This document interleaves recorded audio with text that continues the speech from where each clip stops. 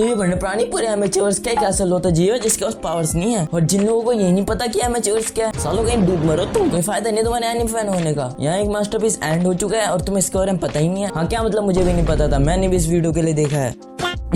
चलो वो फ्रेंड मत तो जाना, मैं बताता हूँ। इस वर्ष में सभी प्राणियों के पास पावर्स हैं, कहाँ से आई किसी को नहीं पता। इसी बीच हमारा एमसी जिसके पास पावर्स नहीं है, और क्यों नहीं है वो हमें बताया नहीं गया पूरे एनीमे में, जबकि इसकी मदर टेलीकिनेसिस यूज कर सकती है। इसका पाप चार्जर की तरह आग छोड़ता है मुंह से, लेकिन इसके पास घंटा कोई पावर नहीं। और यही प्राणी इस सीरीज का एमसी भी है और एमसी भी है, और किस एमसी को कहाँ लगाना है वो तुम्हें बखूबी पता है। फिर तुम बोलोगे भाई तो इसके लिए तक क्यूरियस क्यों हो रहा है, पावर से तो नहीं है। पावर्स तो मार्शल के पास भी नहीं थी, उसने ट्रेनिंग करके अपने आप को पावरफुल बनाया। तो मैं बता दूं कि पावरफुल भी नहीं है। और इस प्राणी के लिए इस वर्ल्ड में रहना कुछ ऐसा ही है जैसे हम स्कूल में स्पोर्ट डे वाले दिन बैग लेके चले जाते थे, प्योर ऑरा माइनस। अब तुम समझ सकते हो यहाँ अपना एमसी कैसा फील करता होगा। लेकिन इसने हार नहीं मारी, इसने सो कॉल्ड बिग 3 के नारुतो से ट्रेनिंग लेकर आया था लोंडा, और इसको पता था पूरी दुनिया को कैसे ट्रीट करना। आखिर नारुतो ने जो ट्रेनिंग दिया, इसलिए इसने जाके सीधा ट्रेनिंग स्टार्ट कर दी। और करी भी किस लिए, इसकी वजह से, क्योंकि इसने इस जीव को अपना बाल खिलाया था, और कहाँ का वो मत पूछना। और खाने के बाद इसके अंदर पावर्स आ गई है। अभी बंदा ऑकवर्ड फील नहीं करता और सोसाइटी के डिस्क्रिमिनेशन को ही भूल जाता है। पर यहाँ पे मैं तुम्हें ये सीरीज एक्सप्लेन करने नहीं आया, मैं यही बात करने आया हूँ कि इसी सोसाइटी के डिस्क्रिमिनेशन की वजह से ही जब ये नारुतो के पास गया था और उससे ट्रेनिंग लेकर आया और डिस्क्रिमिनेशन सहना सीख गया, लेकिन क्या होता अगर वो दूसरे नारुतो के पास चले जाता,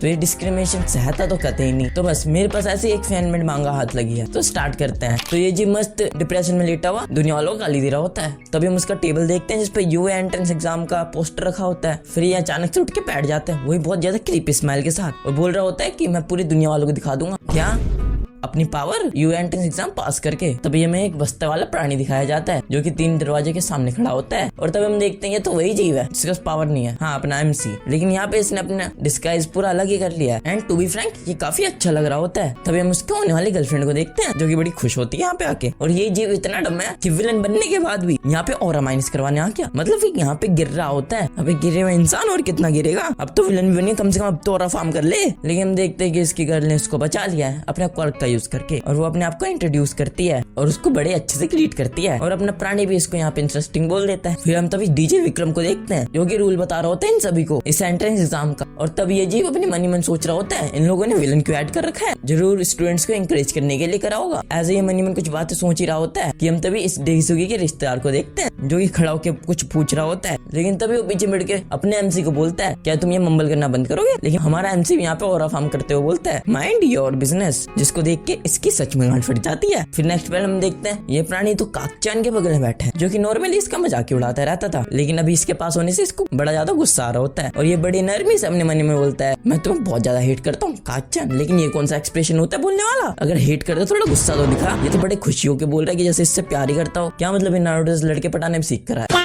फिर हमें इसका घर दिखाया जाता है जहाँ पे इसकी मॉम बड़ी परेशान होती है क्योंकि एक घर छोड़ कर आया होता है। इसकी मॉम ने रिपोर्ट लिखवाई होती है पुलिस में, लेकिन अभी तक इसका कुछ पता नहीं होता। फिर तभी वहाँ पे काकचान उसकी मदर आ जाती है और उसको सहानुभूति देने लगते हैं, और काकचान अभी भी अपने एमसी को याद कर रहा होता है। फिर हम काकचान के पति को देखते हैं जो कि उसी का नाम लेके अपने दांत चबा रहा होता है, और ठुकरा के मेरा पैन मेरा इंतकाम देखोगी मूवी देखकर ये काकचान पे वैसे ही बहुत गुस्सा था और बोलता है कि तुम्हें पे तो करना ही पड़ेगा। फिर हम यूएहाई में आते हैं जहाँ पे ये अभी भी काकचान की बुराई कर रहा होता है। खैर फिर हम देखते हैं कि किसी गार्ड से वेपन मांग रहा होता है। फिर गार्ड उसको बोलता है क्यों, मोस्टली स्टूडेंट्स के लिए तो उसका क्वर्क ही काफी है, लेकिन वो बोलता है कि मैं तो क्वर्कलेस हूँ इसलिए मेरे को वेपन चाहिए होगा। फिर तभी वो गार्ड उसको एक स्टील का रोड थमा देता है, बोलता है कि चाहो सबकी चोद दो। फिर हम तभी देखते हैं नारुतो का बीजीएम लगा के अलग ही डिप्रेशन में जा रहा होता है। सोसाइटी वाले इसको अलग ही क्रिटिसाइज कर रहे होते हैं क्वर्कलेस क्या के। फिर तभी एक लड़की को देखता है, अब वो कौन है हमें नहीं पता।